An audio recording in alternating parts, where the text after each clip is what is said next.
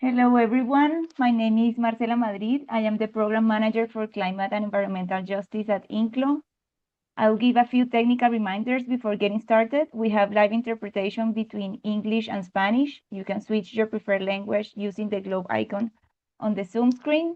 Tenemos traducción simultánea entre inglés y español. Entonces, quienes quieran cambiarse a español pueden cambiar el canal en el icono de Zoom. We'll be moving into a conversation with our speakers shortly, and we'll have some time for your questions at the end. So we invite you to please leave all the questions you have in the Q&A box as we go. Also, a heads up that, as you can see, we are recording this session. We will be uploading it into INCLO's YouTube channel afterward. Now, INCLO is the International Network of Civil Liberties Organizations. We are a network of 16 national human rights organizations from across the world, both from the Global South and from the Global North, that come together to support each other and collaborate with each other in critical issues concerning human rights and civil liberties. This is precisely why we have decided to open a space to discuss two interconnected issues that are gaining relevance in today's world: the need for a just energy transition and the rise of authoritarianism across the world. Because we seem to be living in a paradox where a great international momentum has been reached to advance just transition, while at the same time authoritarian governments seem to be threatening an energy transition that is grounded in justice for workers and for communities.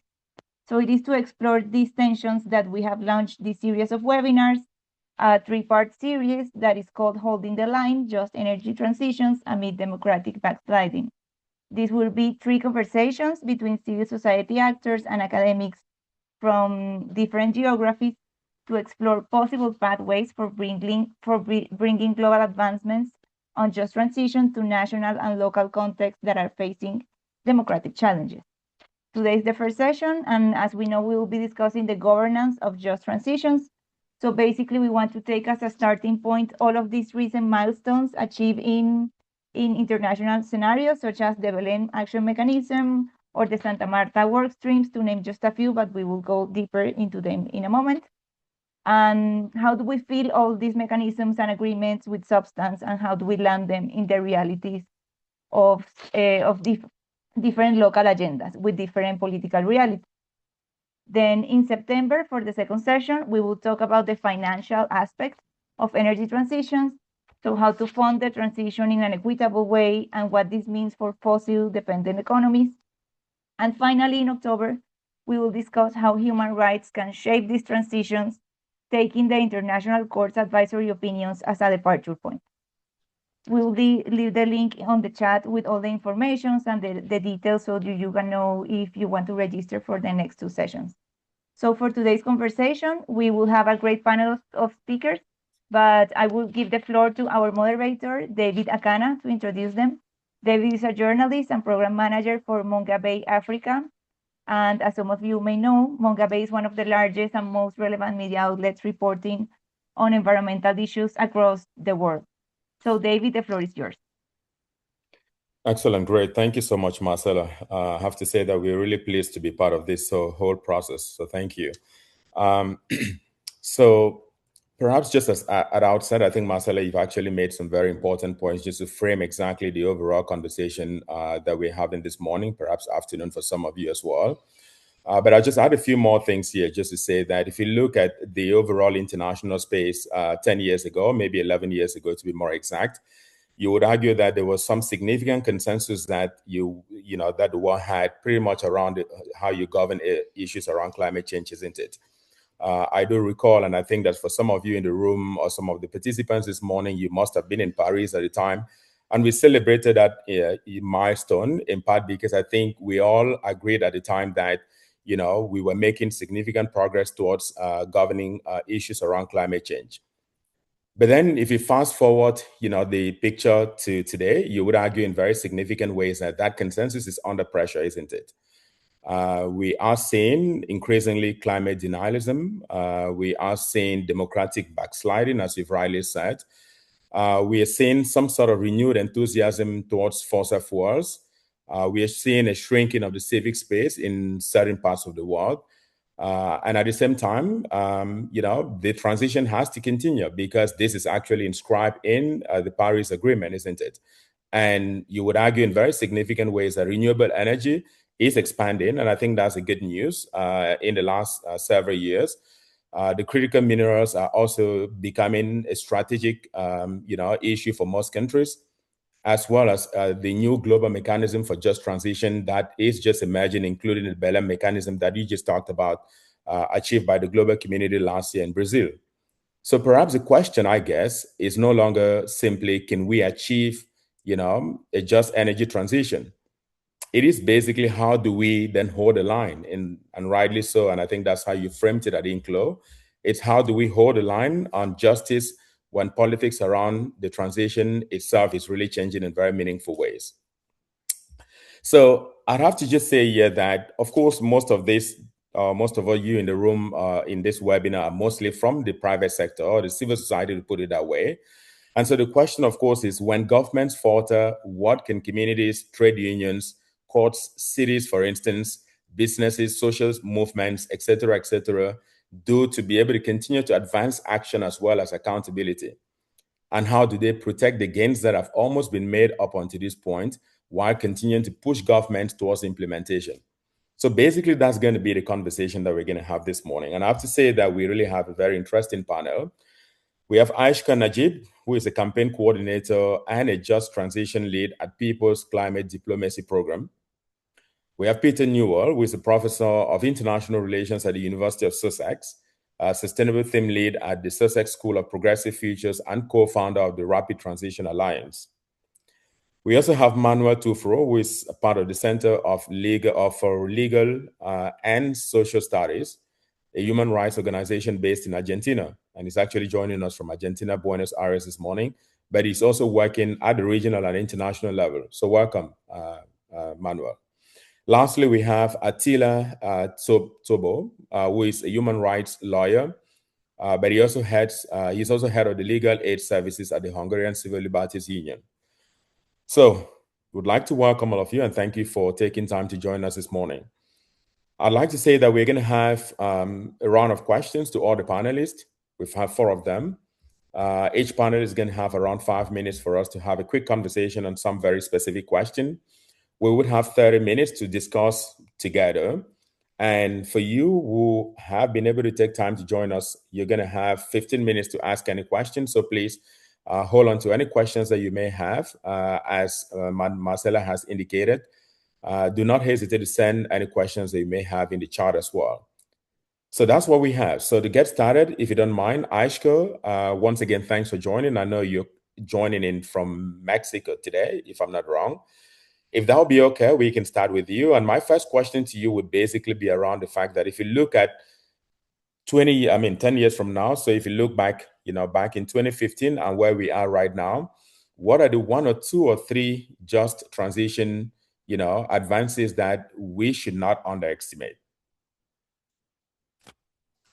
Thank you so much, David, for that question. It's honestly a pleasure to be speaking with you all today.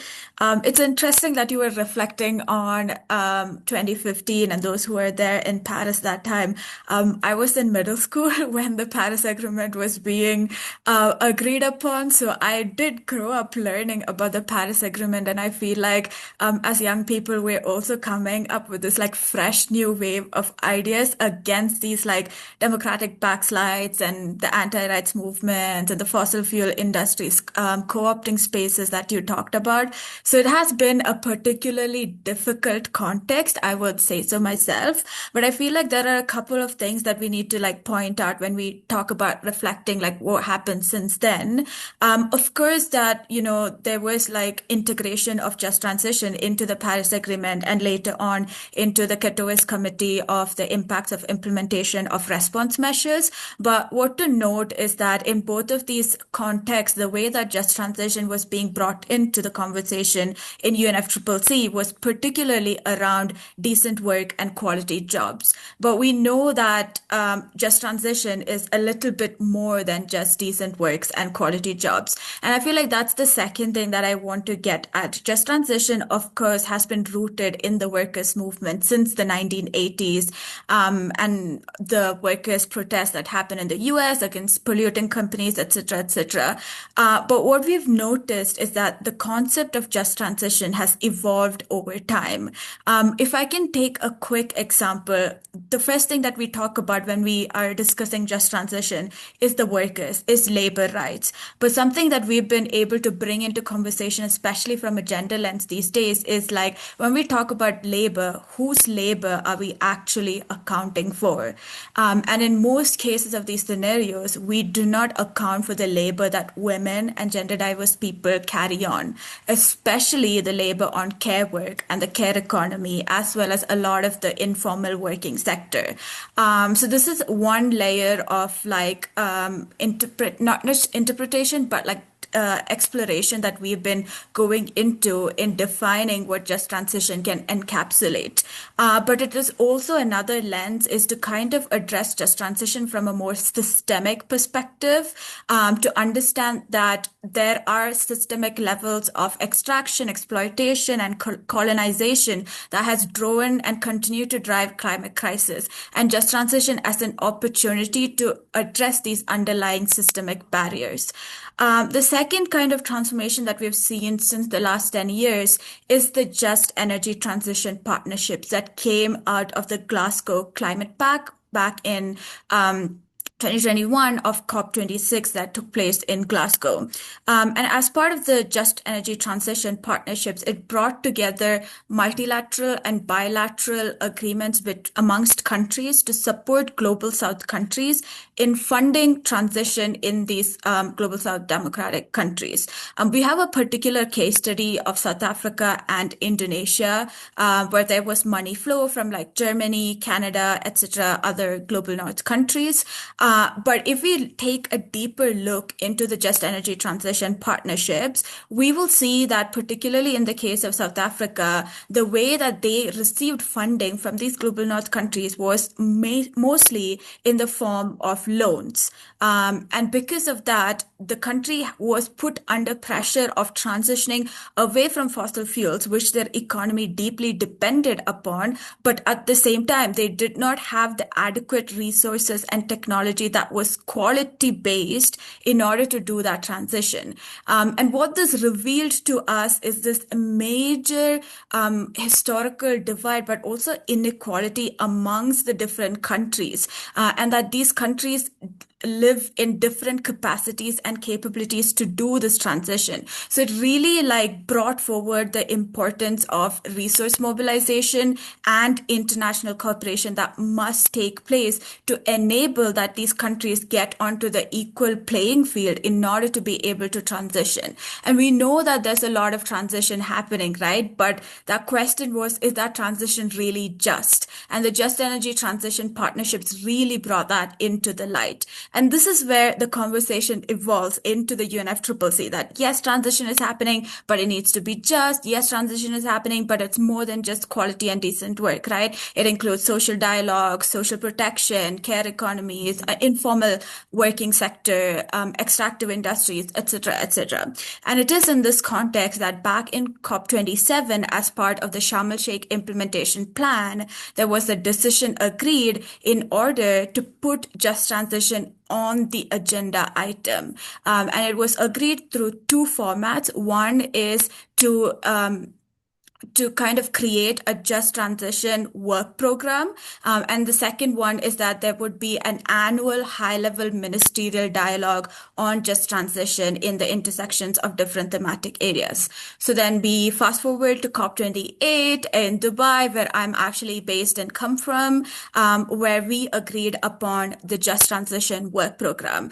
And something that I will just leave at this conversation to end, and maybe later on bring in the conversation, so just to foreshadow it, the Just Transition Work Program really was an important milestone because it gave the formal institutional space to negotiate just transition under the UNFCCC that went beyond the KCI. But then the issue was that, of course, the Just Transition Work Program also had a very important scope. It covered integrating just transition into national adaptation plans and NDCs. It covered international cooperation. It covered a need for financial and resource mobilization, etc. But it had this one flaw, that is the mandate. Yes, we have all of these incredible scope, but what is the mandate to achieving the scope? What is the pathway that you're taking to get to this finishing destination, right? Because just transition is that journey. It is not necessarily the end result. But then the issue was that the mandate that was solely like described in the Just Transition work program is to have dialogues twice a year. And yes, dialogues are important. We need to share best practices. We need to identify what challenges have countries been gone through, et cetera, et cetera. But we know that we cannot book club our way through a climate crisis. And what we need is real actions and real implementation plan. So it is under this context that we go into the next years of mobilization, especially from the civil society side. So I'll end there. Excellent, great. We're going to come back to many things.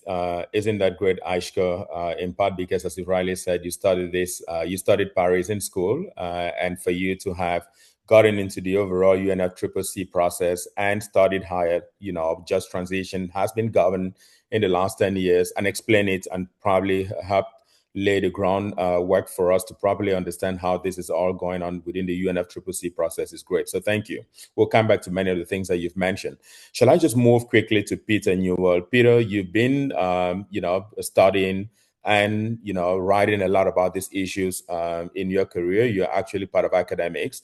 But let me just ask you a follow-up question. And I think this is all linked to some of the things that Ayshka has also mentioned here, which is that let's just leave politics a little bit aside. We can talk about it at some point during this conversation, but I just want to find out from you, based out of, what you've been saying and being part of the process, what in your view has worked as far as just energy transition is concerned, the governing of just energy transition? What in your view has worked?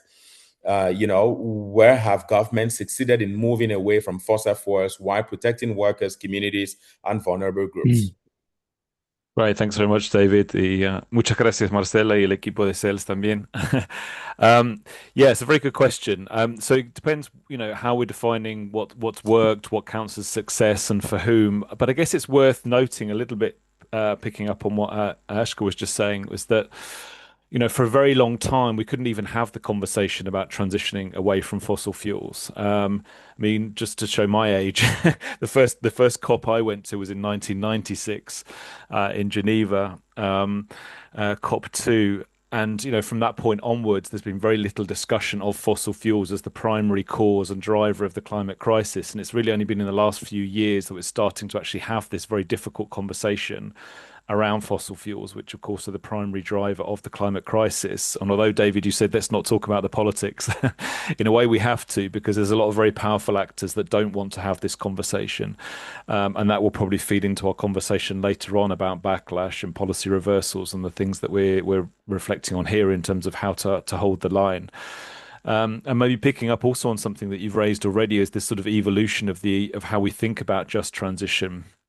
Because I think, as the previous speaker said, it's moved from this sort of narrowly defined issue about how to compensate unionized workers in particular sectors, notably coal, in the global north, to a much bigger agenda around economic justice.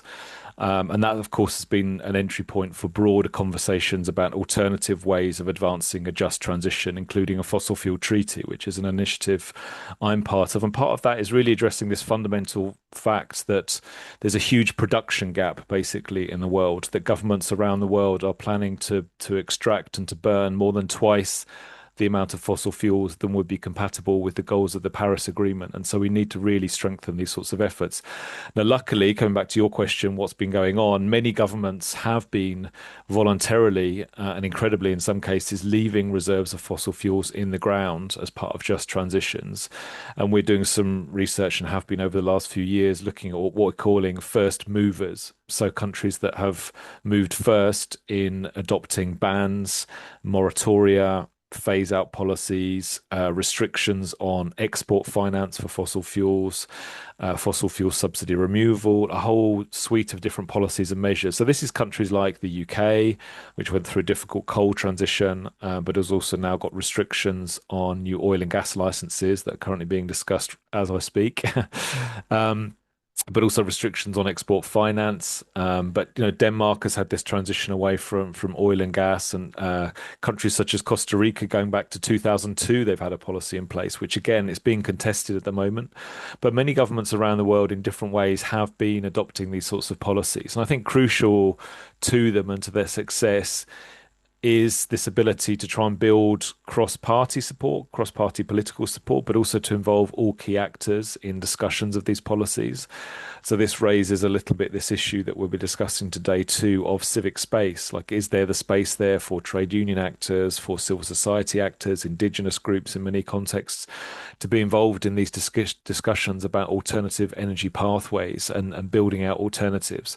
Because in many of the countries we've been looking at across Latin America and in parts of Europe, sometimes the driver of these policies and what makes them effective is that the remaining fossil fuel reserves are already in decline and have less value. So it's easier, if you like, to move in that direction.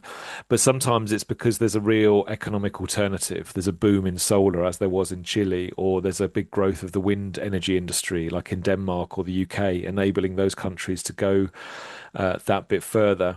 And sometimes it's the pressure of hosting a big summit. So at the time of the COP summit in the UK, this is when the UK introduced this policy restricting export finance for fossil fuels.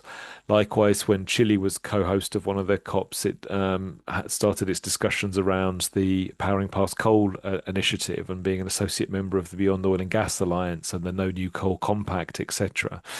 So there's different sort of drivers, if you like, of these policies in different contexts, but all of them are really important. And sometimes it's not just governments taking the lead in accelerating just transition. Sometimes this pressure can come from below. So in Ecuador, for example, some years ago, we saw this huge national referendum on leaving oil under the ground in the Yasuni National Reserve. And there was, a popular vote on that, and it went in favor of leaving the oil in the ground. Currently, the government is still not respecting that decision, and so there's ongoing battles around that.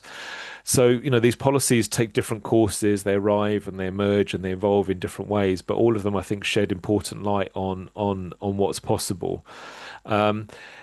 But many of them are also challenged. I don't think there's any transition that we would say has been entirely successful or entirely free of injustices. There are always sacrifice zones. There are groups that lose, and it's really important to think about proactive planning. Often, many countries have these just transition dialogues, commissions, bodies that oversee discussions about policies that need to be put in place to try and protect workers and to find alternative employment to make them more successful. And clearly, it's easier for richer countries. I mean, so if you look at the experience of Spain or Germany, where they've had, bodies and commissions overseeing these processes and clearly have far more financial resources to be able to fund a transition. That's clearly not the case in many other countries, which may be heavily indebted or have lack of finance and therefore clearly need more support. And as Ayshka was just saying, some of them receive that through just energy transition partnerships, but many of them need other forms of support. So I think that's really where the discussion is at. There is positive experience, but it's very challenging. And in many cases, it needs further support from the international community. That was great. Thank you so much, Peter. And I really think that, what you've spoken to gives us hope. It gives all of us agency to be able to move forward. And I really want to appreciate that. I'm going to come back to you at some point, Peter, if that would be okay with you.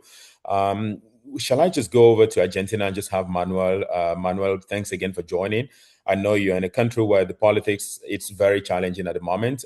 We all know that very well. I think when we talk about, perhaps democratic backsliding, I don't know if we may, it depends on what your politics is. You might have different views of what that politics is, isn't it? But Manuel, in your country, there were already a lot of environmental laws in place. The institutions, the civil society was pretty robust. You had already committed to most of these international commitments before the current political shift.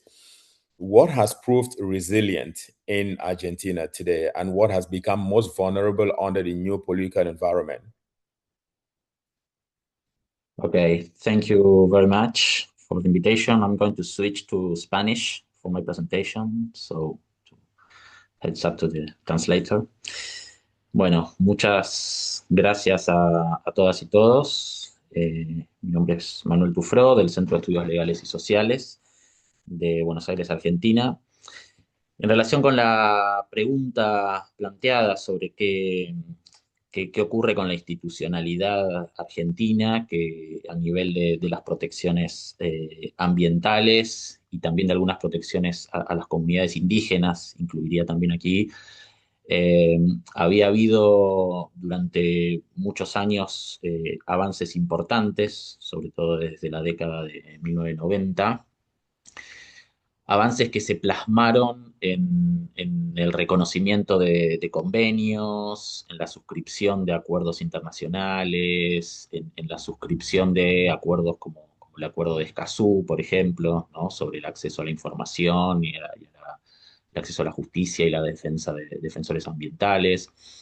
Es decir, a un cierto nivel del marco normativo, Argentina parecía estar en un lugar, en un buen lugar, como para empezar a entrar en la discusión sobre transición energética y con herramientas para dar una discusión sobre transición justa también en ese contexto.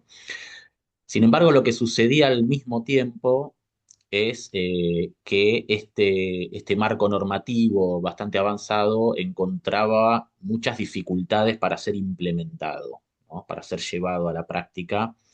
Y acá hay distintas cuestiones que hay que tener en cuenta. Una es el carácter federal de la Argentina.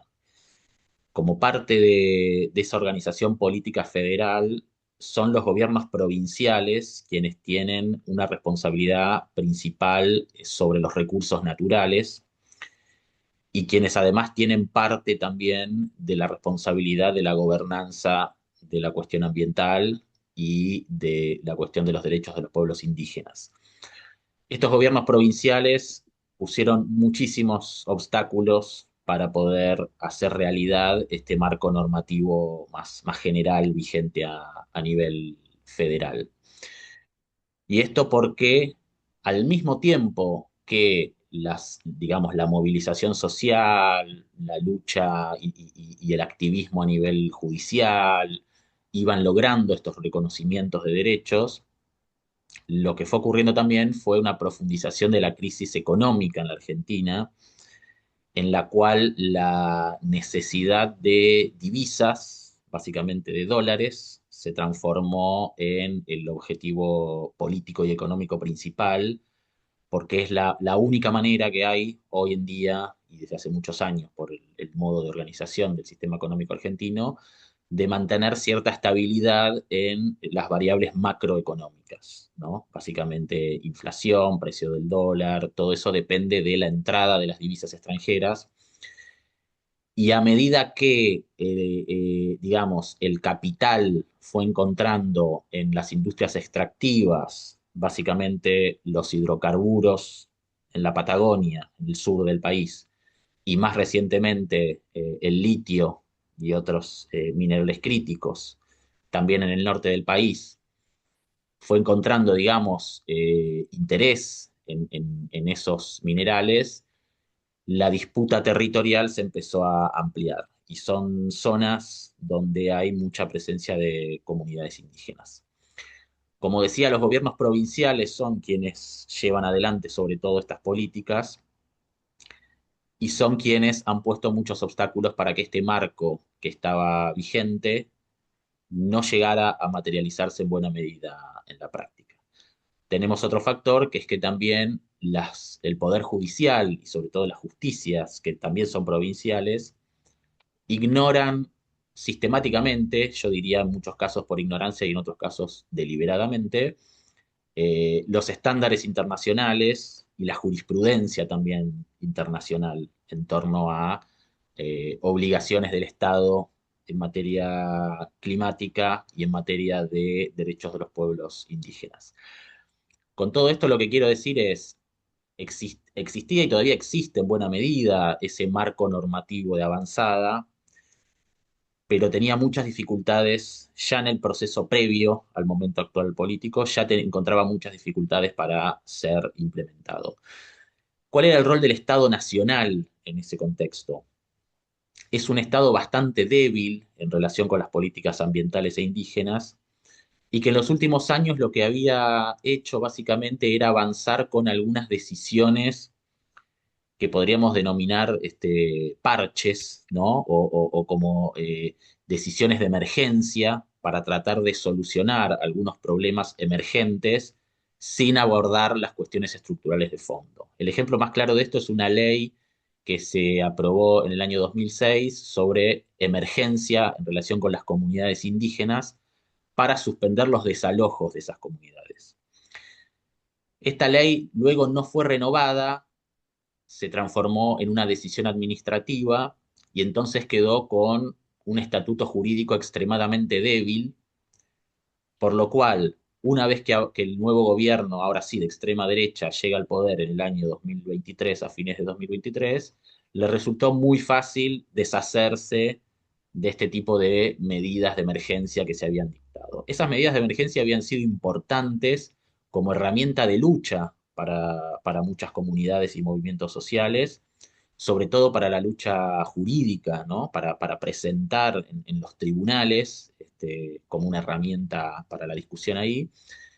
Y todo eso es lo que ha resultado más vulnerable, diría yo, a la nueva avanzada de la extrema derecha en la Argentina. Todo ese ordenamiento de emergencia ha sido el primero que ha sido borrado muy fácilmente.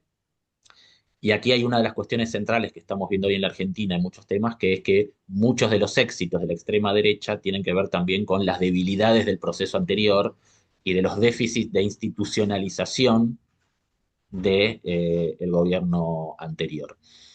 La situación en la que nos encontramos hoy, quizá pueda abundar en esto más adelante, es más bien en una estrategia por la cual esas legislaciones de emergencia han sido borradas y la legislación que se mantiene vigente busca ser de alguna manera salteada o esquivada por la aprobación de nueva legislación también de emergencia, pero que tiene un carácter completamente opuesto. Es una legislación de emergencia destinada a atraer inversiones y por lo tanto a generar una especie de situación de excepción en torno a las salvaguardas ambientales y de derechos. La posibilidad de suspenderlas para atraer inversiones. Entonces diría que hay un marco que sigue vigente, pero hay nuevas estrategias para tratar de que ese marco no pueda ser exigible en la práctica por las comunidades y los grupos que están en los territorios.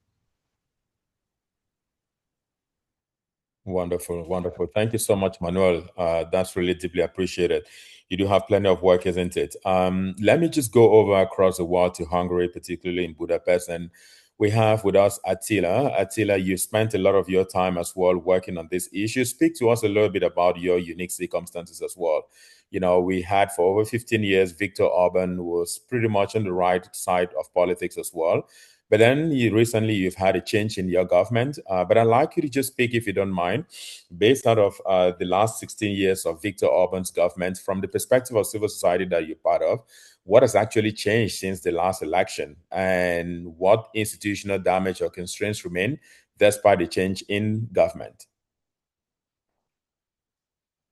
Okay, thank you very much for the invitation, and thank you very much for the possibility to say something about Hungary, because I think it is really an interesting story for the democratic community, global democratic community, and also for INCLO members. So to answer your question, I have four examples which are very specifically has changed after the regime change of Hungary.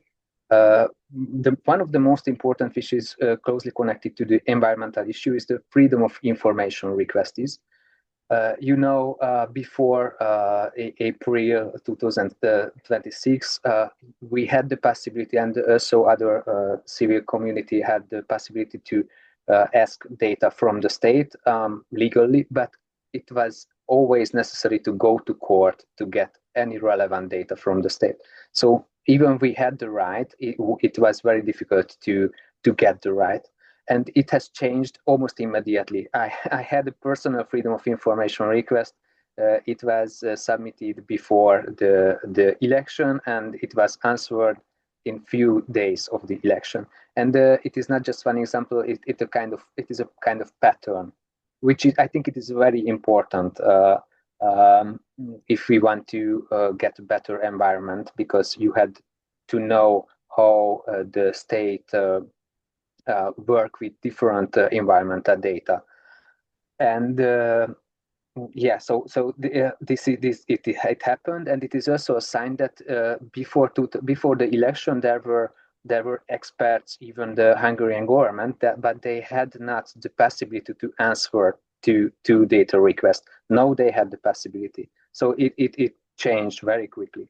The other one, we as a relevant Hungarian civil organization, we had been involved to many decision-making procedure. I mean, for example, today I was invited, not me personally, but the Hungarian Civil Liberties Union was invited to the Hungarian Parliament to be a part of a committee which is deciding in a very relevant question. It is not connected to the environmental issues, but otherwise we are invited in many different committees as a part of the civic organization, civic sphere of Hungary. The third one is now the advocacy is possible again in Hungary. It was not possible at all before the election. We had the right to send letters, advocacy letters to the government, but they so regularly they even don't answer anything. Now we feel that there are experts, as I mentioned, connected to the freedom of request, freedom of information request. We had the right to send advocacy letters, and we can wait for a proper answer for that. We are in the middle of these procedures, so we have good signs that if we have, for example, we have a package about environmental issues. We even sent it to the proper government, the people who are in proper position of the government. We are waiting for their answers. Of course, there is a kind of, let's say, chaos in Hungary, because after 16 years, it's very difficult to reorganize the state.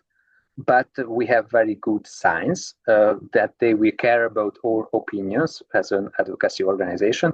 So it is necessary to rethink ourselves from the advocacy perspective, which is a kind of workload for us as well, because we almost forget how to do advocacy. So it is a relevant change as well. And the last one that I want to mention is there is no campaign against NGOs. It was very frequent before the election that the government always were finding scapegoats, and the NGOs very frequently were scapegoats, and they said because of international global organizations like the INCLO were very frequently mentioned the Open Society network, that we are not working for national interest but for global interest, and that was a very difficult time for us. Now it just disappeared, this environment, and it is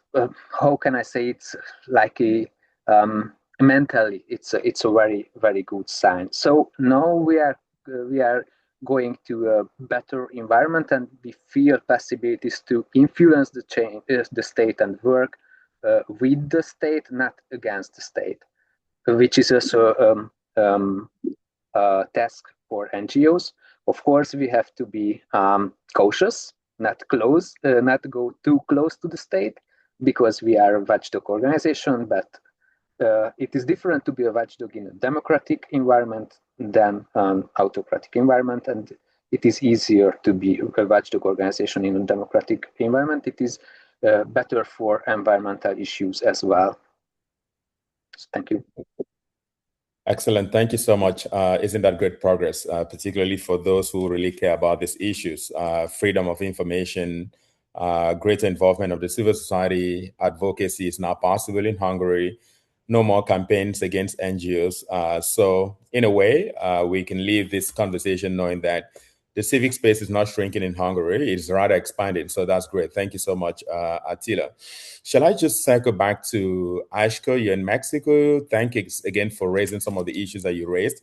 But one thing that you raised most importantly for me here was the fact that the Just Transition Work Program, which was part of the Dubai COP, I think that was COP 29, in your view, is really one of those most important things within the overall international governance of just energy transition.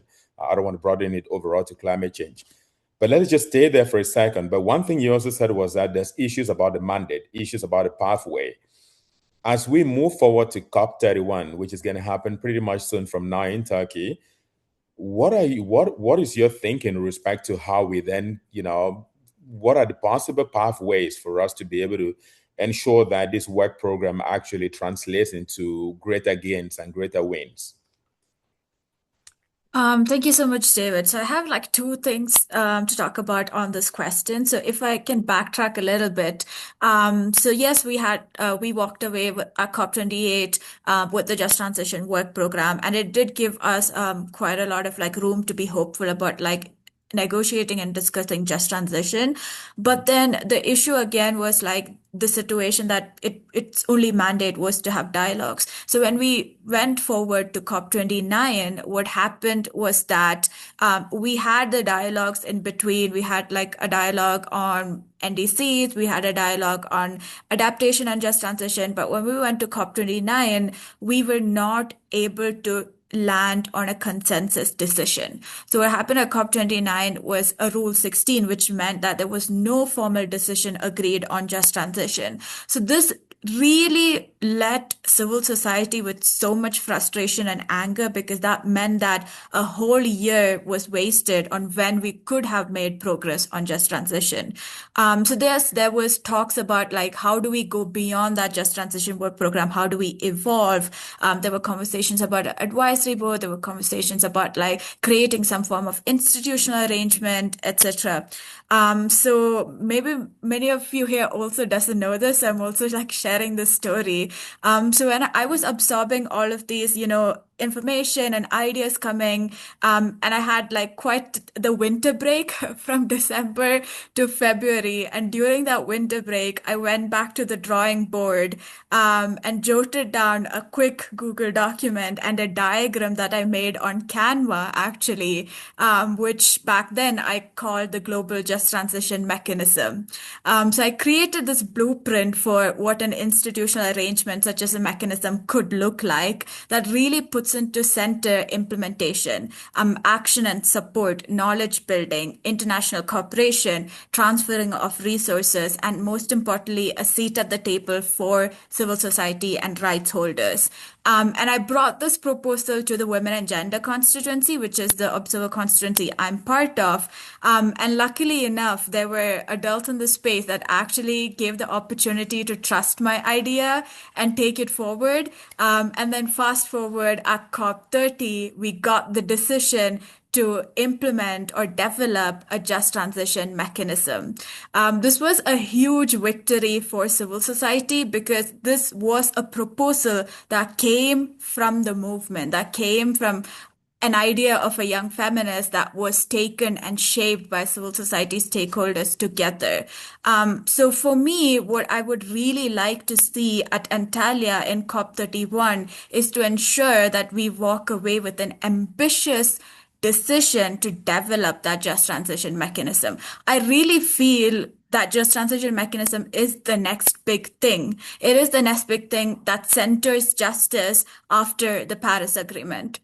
The second thing that I wanted to talk about, which you particularly drew onto the Just Transition Work Program, is that the JTWP had a 3-year mandate, which means in 2026, it is set to expire. So we don't know if we're going to even have a Just Transition Work Program next year.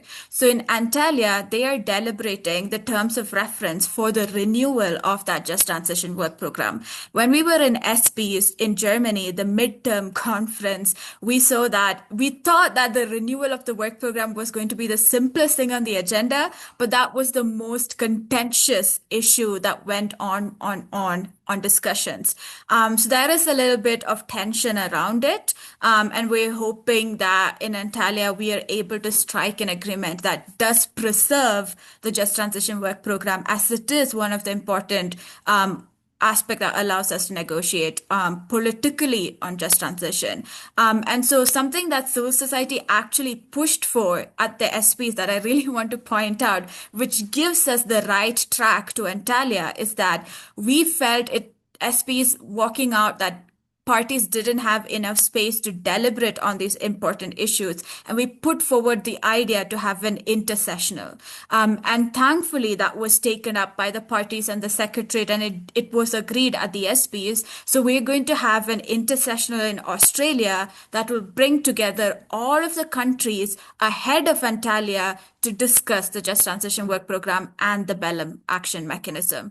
So that is my hope for what we would like to see in Antalya. Great. Thank you so much, Ayshka, and great to know how much your work and finally, translated into, the Belem mechanism. So thank you. That's really great progress. And I think that's something that we should celebrate in this call because it's important for us to recognize that despite the very challenging circumstances that we face with very challenging politics, challenging economics, challenging finance, we are making some progress. And you're right that, the Belem mechanism should be recognized in that direction. If you don't mind, Peter, I'll get back to you. When listening to Attila and hearing all the things that are now happening in Hungary, what is the first instinct that you have with respect to how when, yes, we do have backsliding, democratic backsliding, put it that way, meaning that we're making 2 steps in front, 1 step behind. But when you hear those positive outcomes of how the civil society is now able to work directly with parliament, they're invited and consulted. When you now hear that, they can request information, what does it, leave you with respect to, how we move forward to making sure that this transition to, green energy, it's a lot fairer. It's just to all these different, underprivileged communities that, we've talked about, whether they're the women, indigenous communities, et cetera, et cetera. Yeah, no, I think there's definitely these openings and spaces for hope. And of course, they vary by context. People often talk about, what's the roadmap, what's the blueprint, what's the vision, and there isn't one, right? It depends very much on what's going on in particular circumstances. I mean, as Attila was saying, things can change in a context like Hungary, and then suddenly other strategies become viable. I think at the same time, we shouldn't underestimate the strength of opposition to just transitions and to the acceleration away from fossil fuels. There are very many powerful actors, some of the richest companies in the world, like Saudi Aramco, are determined to extract every last drop of oil from the ground. So, there are many actors that are, and we're seeing this in my own country at the moment in the UK, actively resisting restrictions on new oil and gas, despite the consequences of that, and despite the fact that UK consumers won't benefit. So there's always that. It's always a struggle. Yeah, I mean, you tried to steer me away from the politics before, but I think all of it is deeply political because it's really about who wins and who loses from the energy transition, right? No, In the end. let's talk about that now, Peter. I know I Yeah. did that deliberately in part because one of the reasons why I wanted to frame this conversation from a positive perspective was to give us agency, was for us to leave this conversation feeling empowered that we can do something. And that's just little gains, for as little as they may be, that are important for us to be able to move forward. But I'm not in any way saying we shouldn't talk about these powerful actors that you just mentioned. So let's talk about them. Let's recognize them. Let's put them on the table. Could you speak a little bit to some of those powerful forces, the networks, whether they be financial, political, that are holding back our ability for us to be able to make progress towards, first of all, energy transition broadly, but also make it just? Yeah. I mean, I think we've seen this partly as a function of the success, actually, of civil society action and movements over a number of years, and the school climate strikes and the fossil fuel divestment movement and many different movements. I think that scared some actors on the right and certainly some very powerful industry actors. And therefore, what we've seen more recently and since Paris has been this orchestrated wave of backlash and attempts to finance campaigns to try and discredit climate action and to roll back some of the achievements that we have seen. To discredit ideas around net zero. This is something we're seeing in many parts of Europe and elsewhere. Of course, it's supported by the broader geopolitical shifts that we're seeing in terms of Trump too, who's actively obviously using the very significant power of the US to try and lock in different economies to even greater use of fossil fuels and gas in particular, as well as showing the consequences to governments of not following the preferred pathway of powerful actors. And we're seeing that in Iran and threats to Greenland and other parts of the world. So we have to be very cognizant of that darker geopolitical landscape that's holding back action and reversing actively some of the gains. So some of the examples I gave earlier of countries that have moved in a positive direction, like Denmark, even there's pushback on some of the policy commitments that have been made about moving beyond oil and gas. In Chile, we've seen a change of government. In Ecuador, I said there was the popular referendum, but again, the government is not recognizing that. I mentioned that in Costa Rica, as far back as 2002, they had a moratorium on new oil and gas, but now the current government is trying to push back on that again. In Colombia, which was a huge leader under Petro in leaving oil and gas in the ground, again, a change of government means that might be reversed. So all of these things are potentially reversible victories that we need to fight for again and again. What I would say, bringing it back to the positive side, is that precisely because of the conflicts, the choke points that we've seen in the Strait of Hormuz and elsewhere, the volatility of prices linked to fossil fuels, the rise of these authoritarian leaders, those sorts of things also send signals to governments and to consumers and others about the dangers of ongoing fossil fuel lock-in. And so we are seeing at the very same time a boost in renewable energy, even greater sales of electric cars, heat pumps, and so on. There's a rethinking, if you like, of energy security and whether that's best secured by being dependent on importing oil and gas from other countries, or whether it's more around renewable energy independence. We're also seeing a return of industrial policy, governments determined to chart their own pathways much more and using different policy levers and mechanisms to innovate and to finance and to build out their own industries, to be competitive and really to be resilient. I think that's the key word here. They want to be resilient in the face of all these global shocks.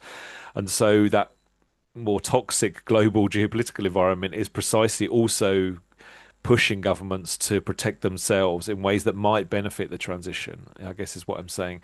And also, even when the climate negotiations slow down in certain areas or they're reluctant to address this crucial issue of fossil fuel production, we are seeing what academics call climate clubs, or these minilateral arrangements like Powering Past Coal or the Beyond Oil and Gas Alliance or the Global Clean Power Alliance. There's many other clusters of countries coming together to say, we're going to do this anyway. So even if Trump's in power, even if there's resistance to some of this, the direction of change is clear. And partly it's also, of course, driven by very powerful states like China, the world's #1 electro state, and really trying to push for global electrification. And since we have many lawyers on the call, maybe we can also mention the ICJ advisory opinion, and it's clarifying the legal obligations. This is not a voluntary thing. Governments have very clear obligations to reduce fossil fuel production and consumption. And there is litigation going alongside that, what will start to enforce these things. So those are the sort of counter pressures that overall still give me hope that we can move towards more just transitions. No, wonderful. And you didn't mention Santa Marta as well, because that's also, again, isn't it? Yeah. Definitely. Excellent. Yeah. Great. No, I think Santa Marta was huge. And again, it was something that was dismissed at the outset. People said it'll be a handful of small island states talking about fossil fuels. And in the end, Nigeria was there, Australia was there, Canada was there, quite a few fossil fuel dependent economies starting to have serious conversations, which they've not been able to have in the climate space. And so I think that was a positive thing too. Excellent. Great. So shall I just go over back to Manuel in Argentina? And if you're just joining us, we really want to thank you for joining. We would be opening up to you in a few minutes, I think 7 minutes from now about that. We would want to hear your questions. So please leave that in the chat. Marcela is obviously overseeing that. Manuel, I guess you must be feeling a little bit jealous to hear Attila speak about how much they can now probably, engage with state actors in meaningful ways. I don't want to say your situation in Argentina isn't without hope. I guess there is a lot of hope, but tell us, if you don't mind, Manuel, listening to all the previous speakers, what is it that, and I know you've actually, and I think I just in preparation to this, I realized that your organization has raised concerns about unjust energy transition, particularly indigenous territories. Can you speak a little bit about that and what is actually the situation right now? I know you mentioned a lot of that, but I want to just be specific right now with respect to unjust energy transition in indigenous territories, and particularly with the discovery, as for what you mentioned, you talked about lithium and critical minerals in some of the territories that are part of your country. Could you speak to that a little bit, Manuel, if you don't mind?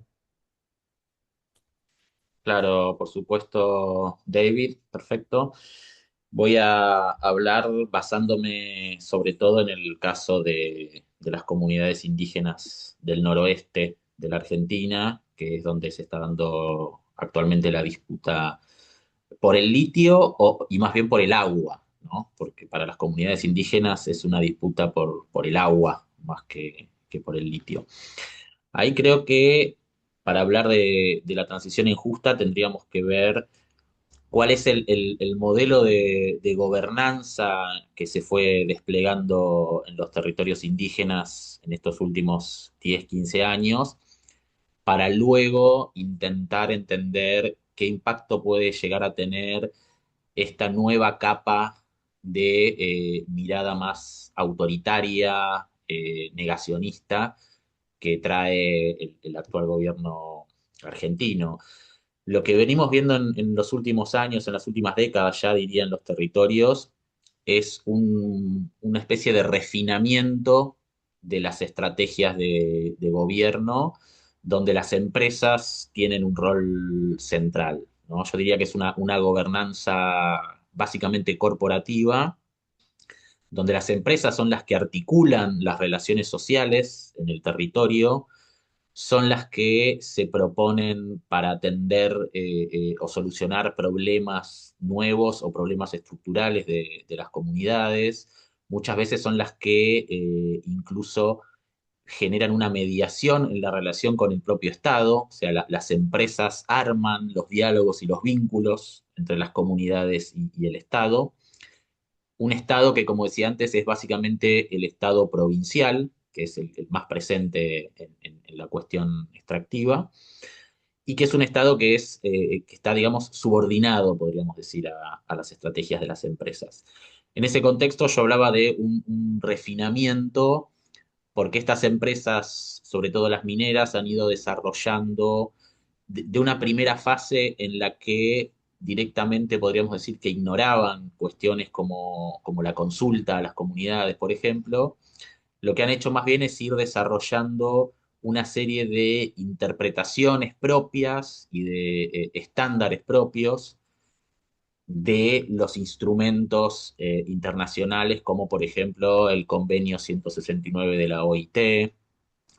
Es una interpretación también sesgada, porque toma algunos estándares internacionales e ignora otros, ¿no? Por ejemplo, la Declaración de los Derechos de los Pueblos Indígenas de Naciones Unidas, que tiene un estándar más alto en relación con la cuestión de la consulta, porque ya plantea más claramente la cuestión del consentimiento que tienen que dar las comunidades indígenas, es decir, el carácter vinculante que tiene que tener esa consulta. Ese instrumento en general no es tenido en cuenta, pero sí hay una invocación constante de otros instrumentos, y el desarrollo entonces, junto con los gobiernos provinciales, de instrumentos de consulta que se han ido desarrollando en los últimos años en las provincias de la Argentina, que no cumplen para nuestra mirada con los estándares internacionales, pero que introducen la cuestión de la consulta que antes estaba ausente, ¿no? Entonces, se van refinando estas estrategias de la misma forma que son cada vez más eficaces ciertas estrategias de cooptación de los liderazgos indígenas. Entonces, esta transición injusta, perdón, se ve justamente, por un lado, como una gobernanza territorial básicamente corporativa, y por otro lado, como la inexistencia de una agenda de la transición energética en el país. Digamos, la cuestión de la transición energética solo es considerada desde el punto de vista del discurso político, podríamos decir, como una forma para atraer inversiones. Es decir, es considerada cuando eso sirve para atraer inversiones y seducir a las empresas. Podríamos decir entonces que es una especie de actitud performativa hacia la cuestión de la transición energética. Ese sistema de gobernanza que viene funcionando en los últimos años, ahora hay que monitorear, estamos monitoreando concretamente qué pasa cuando a eso se le suma un gobierno que empieza a tener más protagonismo, el gobierno nacional, que hasta ahora venía bastante desdibujado, pero en un sentido, como mencionaba en la intervención anterior, más bien de remover las últimas salvaguardas que puede haber ambientales y de derechos humanos para las empresas, porque se los consideran obstáculos, y sobre todo, y quizá pueda volver un poco sobre esto, porque me parece luego que hace también a la discusión We regional, can por come lo back to that menos. if you don't mind, Manuel. Ok. Yeah, great. Em, Yeah, no, thank you. Thank you, ok. Manuel. Corporate capture basically seems like. Yeah, so thank you. Thank you. Let's open up to the audience here. We have, a decent set of participants at our webinar today. Shall we open it up to them? Marcella, let's see if you do have any questions. Please feel free to unmute your mic, ask the question to the specific panelist, and the panelist is going to answer the question. In the absence of that, I still do have a lot of questions. So you rather take this opportunity. And we also want to make sure that this is really interactive, if that would be okay with you. So please go ahead, Marcela. Sure. So we have like 3 different questions. I will start by the first one, which is related to the oil, to the oil wars. So the question says, ongoing wars have boosted the oil business. How do we link this issue to our climate action, given the setbacks regarding oil? I think we can move on with that one, and then if you're okay with that, we can go to the next question. Yeah, let's take that one if you don't mind. And quickly, I'd like Steve, I'd like Peter, if you don't mind. You talked about choke points. You mentioned the Iran war. You mentioned the Strait of Hormuz. So that's now actually nothing can move as an opportunity. Do you want to just maybe answer that question real quick? And if anyone feels like, chiming in, please feel free to do so. Yeah, I mean, I think we've seen a number of oil companies in particular benefit hugely, receiving record profits since the start of the war, and so it underpins again, I think, who's winning from the current way in which the global economy is organized, and reveals again the dangers of our dependence on fossil fuels. I mean, in those of us in Europe, for example, we've had like constant heat waves all of this summer, and there's been thousands and thousands of deaths and so on, and yet fossil fuel companies are benefiting from record profits. So it is raising these issues about who pays for the transition and how. And there are calls from some quarters to pay for the loss and damage, pay for the impacts that are associated with this. And even in the UK context, and before this summer of extreme heat, there have been calls for those record profits to be taxed, to have a windfall tax. We did have a tax, but something more ambitious, where you would use those revenues basically to protect poorer consumers from the costs of the transition. In other words, people who were having to pay record gas bills and therefore line the pockets of these companies would receive money to insulate their homes so they could use less energy, face lower energy bills, because they're not the ones that should be bearing the costs of the transition. So sometimes those moments, like wars and the fact that companies are benefiting from some of the record, the price volatility that results from it, force some of these issues around transition and who's benefiting, and potentially can accelerate moves away from them. Marcelo, second question, if you can, please. Yeah, so we also have another question related to what especially Manuel was talking about how unjust transitions are taking place in countries like Argentina. I will summarize it. The question is from Umut Under. So the comment is, when governments suspend consultations or use exceptional powers for fossil fuel and extractivist projects, we call it authoritarianism, but when the same tools accelerate renewable energy or transition projects, they are often described as necessary.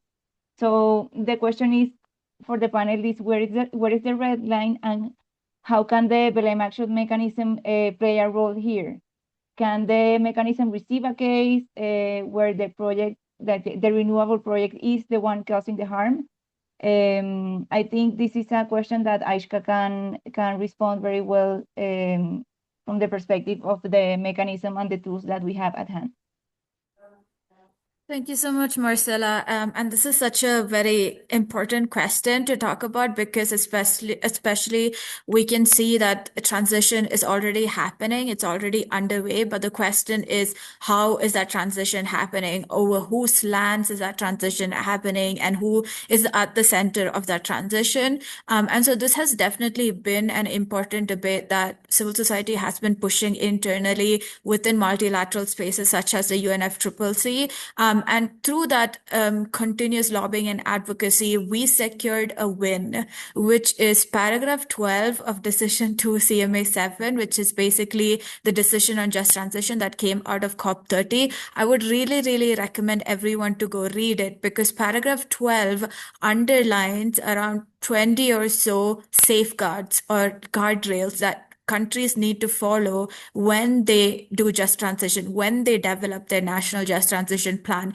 And it is for the first time ever in any UNFCCC document that such strong rights language is there in an operational paragraph. So usually any decisions in the COPs or UNFCCC are in two sections. One is the preambular paragraphs and the operational paragraphs. So the preambular is always, like setting the scene, setting the context, and rights language is always in context setting, but never obligated to the countries and governments. And it is one of the first time ever such strong language around human rights, labor rights, gender equality, ensuring participation of civil society, social dialogue, social protection, rights of indigenous peoples, especially explicitly mentioning free, prior, and informed consent, and also indigenous peoples in voluntary isolation.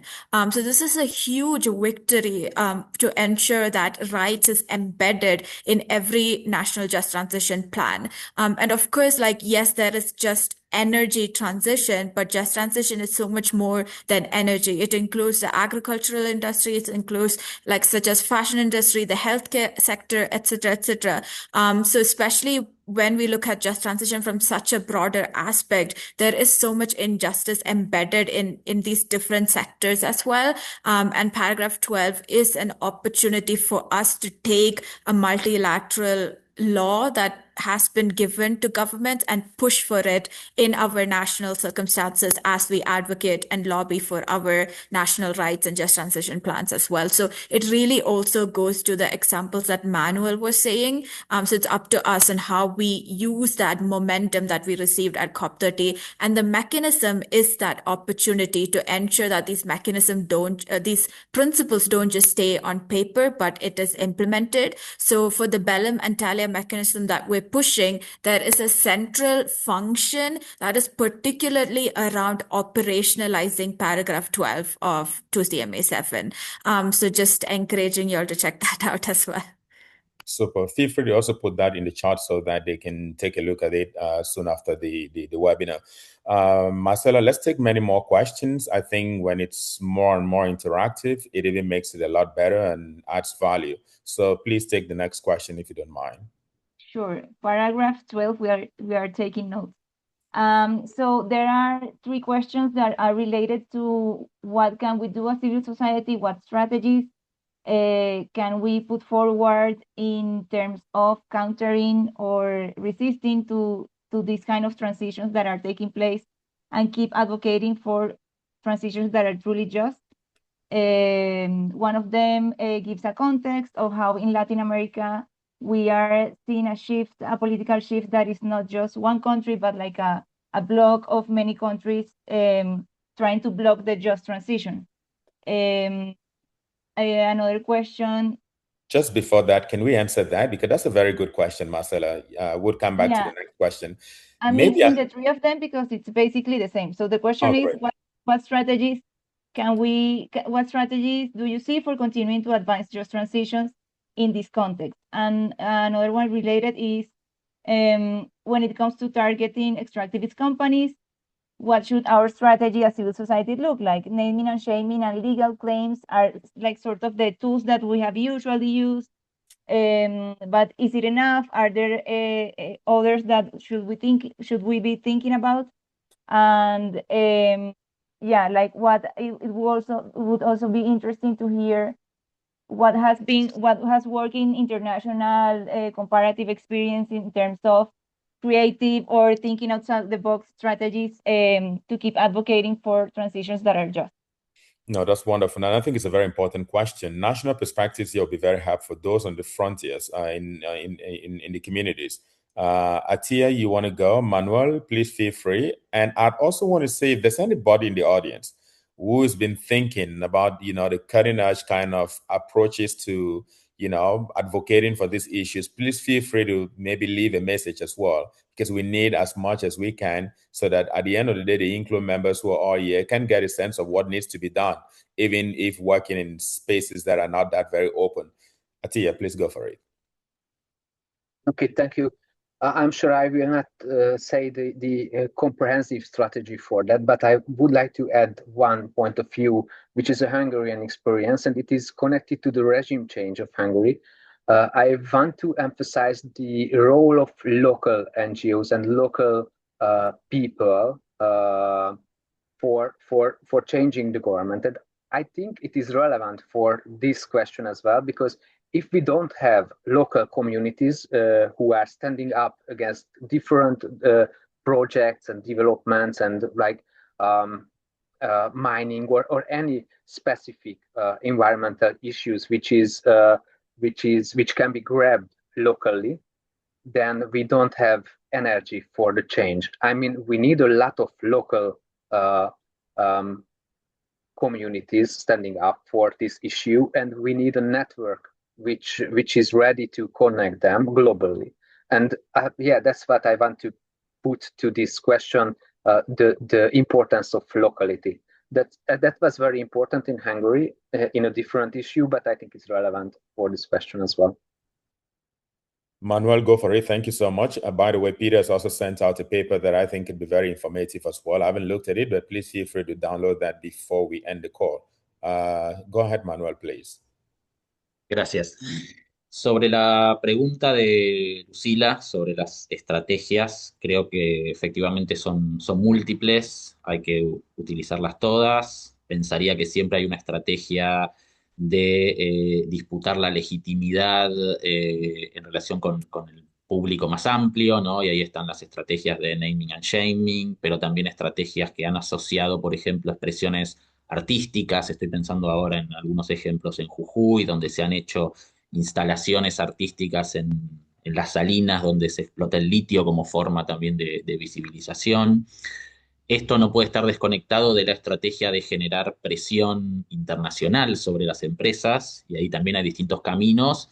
Algunos los hemos estado probando y no funcionan muy bien, pero seguimos apostando a una discusión como por ejemplo la de llegar a un convenio internacional sobre empresas y derechos humanos que tenga un carácter vinculante, ¿no? Que eso es todavía una conversación que todavía no ha llegado a buen puerto, pero a la que seguimos apuntando.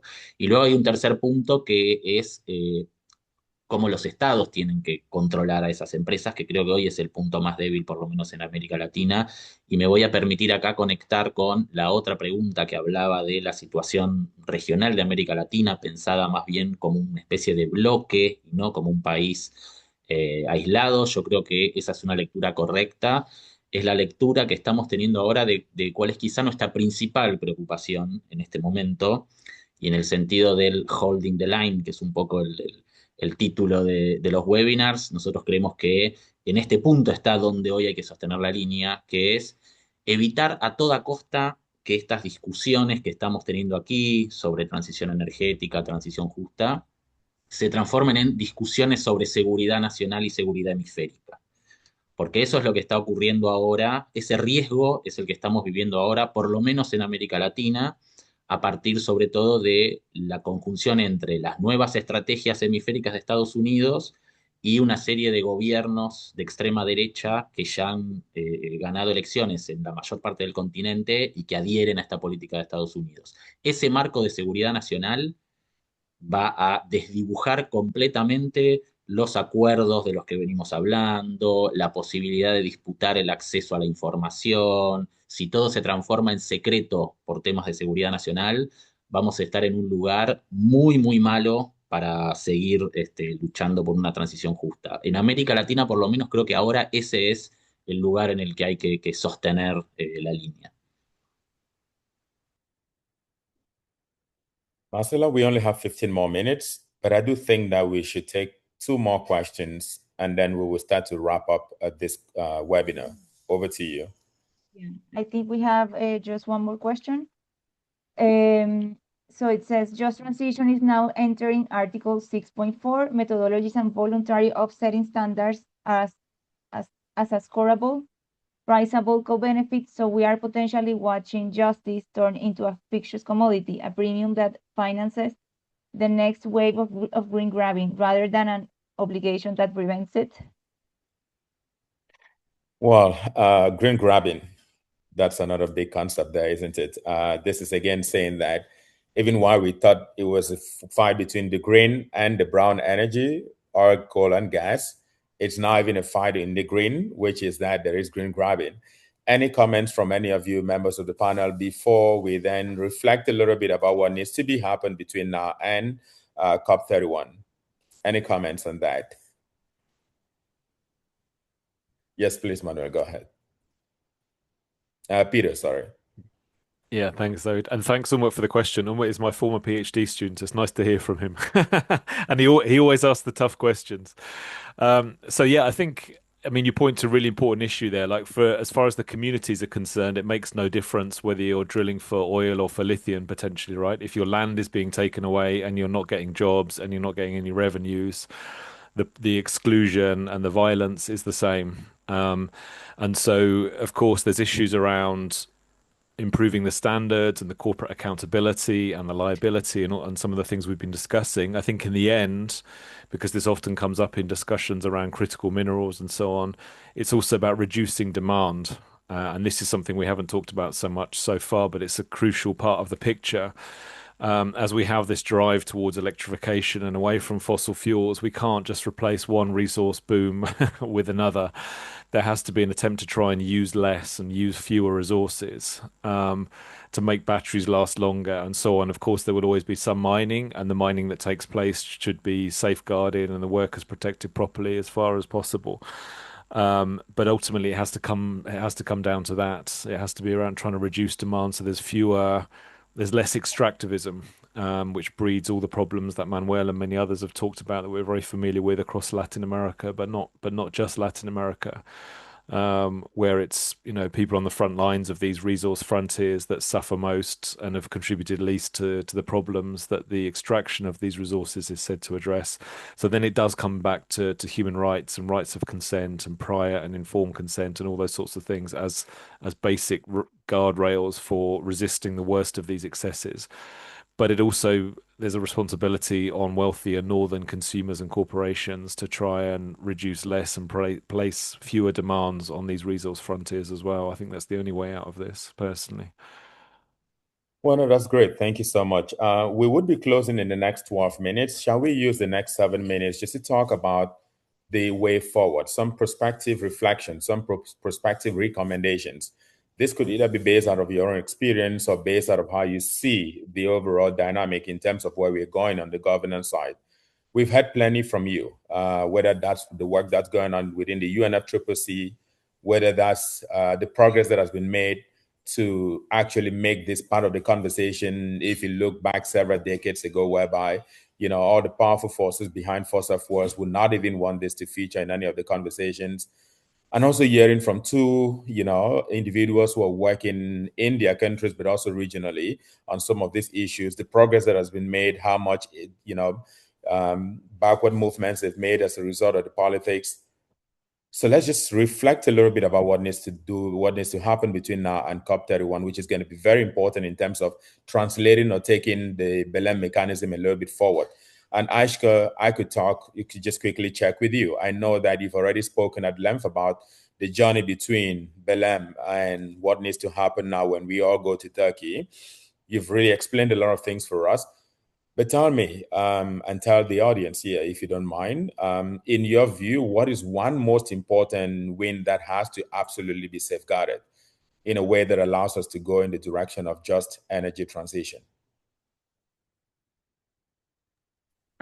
Thanks so much, David. For me, I think the most important win that must be safeguarded at the moment is, in fact, the Belem Antalya mechanism, because you would imagine that from the COP30 decision text, it has set forward a pathway in order to establish that mechanism. But there was a huge force of global North countries extremely pushing back against the mechanism till the very end. And that is also one of the reasons, if we look at the legal language, it doesn't say establish a mechanism, it says develop a mechanism. So this watering down of language actually came because of the pushback that we were seeing from the global North countries. And that is particularly because they are not ready to take the historic responsibility of international cooperation and to ensure that there is resource mobilization and technology transfer. So we're seeing even at the SPs, so many countries trying to gaslight the parties and the civil society that we do not still need a mechanism, that it is not necessary, and that it can be watered down into how it is even established under the UNFCCC. So I feel like this is a victory that we won with so much lobbying and so much effort. And so we need to safeguard it at Antalya. I'll quickly say one more thing. It is very important to understand in what context is just transition being negotiated. And one of the key factors is we are seeing issues with unilateral trade measures. We're seeing issues with the energy crisis because of the war and so many other geopolitical tensions. So because of that, there is a lot we need to do in our home country, because countries make the decision on what they want the outcome to be at COP before they even arrive at COP. So this is where our pathway to work needs to take place. And it also includes the international community to really come behind and lobbying under how to navigate these geopolitical tensions, particularly unilateral trade, which we're seeing picking pace within the UNFCCC. That is super. A quick national perspective here. Manuel, would you be part of the Argentinian delegation to Belem? And if so, what are the things that you hope to take with you from a civil society perspective to be able to make sure that you're advancing this agenda for the people of Argentina? Thanks, David. Creo que hoy el desafío mayor para la Argentina, para la sociedad civil argentina y las comunidades, y para gran parte de América Latina, tiene mucha relación con lo que acaba de decir Ayshka. Tenemos por un lado el desafío, como mencionaba antes, de sostener la conversación en el campo de la discusión de la transición energética y de las transiciones justas en el contexto de esa discusión, y evitar que esto se transforme en una discusión sobre seguridad nacional, y presionar con todas nuestras herramientas para que nuestros países mantengan sus compromisos y se mantengan activos en los espacios multilaterales de discusión, porque otro riesgo importante de quienes tenemos este tipo de gobiernos es que se empiecen a abandonar algunos de estos espacios. Entonces ahí es mucho esfuerzo a nivel nacional y toda la presión internacional que se pueda lograr desde la sociedad civil internacional, grupos, redes como INCLO, desde otros países más comprometidos con estos procesos, para evitar que haya una deserción de estos espacios por parte de nuestros gobiernos. Creo que eso es, por lo menos en el corto plazo, hasta que podamos ver si esto es una tendencia más coyuntural, política coyuntural, o si tiene que ver con procesos más profundos. Wonderful. Peter, COP31 in Turkey is going to hold within a very challenging geopolitical context. Geopolitics is your thing. Fossil fuels is your thing. We would have right-wing governments in Latin America, whether that's Argentina, Colombia, Peru, whether that's, the U.S. government, which is pretty much, walked out of the Paris Treaty. We have the Iran war that's going to be going on, which will even mean that many people may not participate, in part because of security-related issues. What possible progress do you foresee in Turkey, particularly in terms of translating the Belem Action Mechanism that Ayshka has talked about to make further progress there from a governance perspective? Yeah, I think, given that governments are now drafting roadmaps and national pathways to beyond fossil fuels, I think it's crucial that we keep up that momentum. One concrete thing which many governments and others are pushing for is to make it a requirement in governments' nationally determined contributions in their national plans that they mention which policies they're going to adopt to cut fossil fuel production. So that's not a voluntary thing. It becomes an obligation that they have to report on what measures are being taken to do that. Because we know without that, we can't possibly reach the goals of the Paris Agreement. And that obviously, coming back to what you were saying about Santa Marta, was the big drive for that process, the deep frustration with the inability to have that conversation. And so we have to use the openings that we do have within the climate regime to have that difficult conversation. I think the second thing, and there was a lot of discussion about this in Santa Marta, but it's been raised also in the climate negotiations, is around ISDS as well, the Investor State Dispute Settlement Mechanism, and what reforms and changes are required to stop that mechanism being used by major fossil fuel companies like Exxon, as we speak, to try and challenge governments in their progress and their transitions away from fossil fuel. So that has to be a key issue in terms of removing the barriers to transition. Wonderful. Thank you so much. Let me just go over to Hungary and have our friend Attila. Are there any final reflections? Is there any priority for you between now and COP31? Some of the things that you think have to happen for us to be able to ensure that we're keeping, to use INCLO's words, we are staying the course, basically. I think it's just a summary of my message, what I said for the first question. It is much more easier to work with a democratic government even for just transition or for any question. So it is necessary. You cannot skip the democratization of any government. So without democratical possibilities like the freedom of request, like the advocacy work, like the what I said before, being in different decision-making procedure, or just fair litigation possibilities, or letting people making local NGOs, the just transition is not possible. So democratical development is necessary everywhere, and the democratic backsliding, even in Europe, in different countries, or some countries in South America, is necessary to be stopped if we want to just transition. That is my main message. Wonderful, great. So with that, I think we will be coming to the end of this very interesting webinar, the first of a series organized by INCLO. I just want to say here that if the overall intention for us was to have a conversation around where we are with respect to the governance of just energy transition, 11 years after this was first inscribed into the Paris Agreement, I think we've had a very substantive and robust conversation. Global perspectives with respect to where we are going under the UNFCCC negotiation process, which is that international arrangements that allows the global community to be able to discuss and advance these issues, climate broadly, but just transition as well. And I think that if there is any summary or takeaway from there, it is that, yes, of course, the Belem mechanism allows us to be able to have at least a pathway of that conversation going into Antalya. This is going to be in Turkey. So that's progress. And as you might have heard from Ayshka, we need to make sure that that actually happens, because we know how much pressure there is for us to be able to dilute that process, to put it that way. But you've also heard from, I think, in many ways, that if this whole thing was just about, and as you've heard from, I want to say, from Peter, if the overall thinking here was that, this is easy, it is definitely not easy, in part because of the kinds of pressures that we are seeing, whether that be corporate pressure, whether that be economic pressure, whether that be, the democratic backsliding that we've talked about in very substantive ways here. that is, or those are the challenges that we face. But there are a lot of opportunities here, in part because, as you've rightly heard from Peter and several of the other speakers as well, we are definitely moving in the right direction. I also want to say here that based on the stories from Hungary, there is a lot of hope.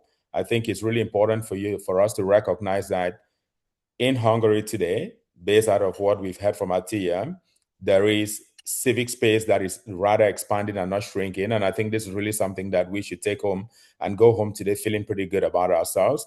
And I think that's really the kind of progress that we're hoping to have. And based on his final comment, when there is less democracy, it can be very challenging to be able to move this forward. So we're at least going home, taking the Hungarian situation as, the bright spot. I just want to say here that if there are any challenges that we had during the course of this webinar, I take full responsibility, but I just want to thank all of you, thank Marcella and the INCLO network overall for putting this together. I think we are at the top of the hour, 30 minutes past the hour, and I think it's fair enough for us to close right now. Allow me to thank Marcella, Ayshka, Manuel, Attila, and Peter for taking time to join us in this webinar. Thanks a lot.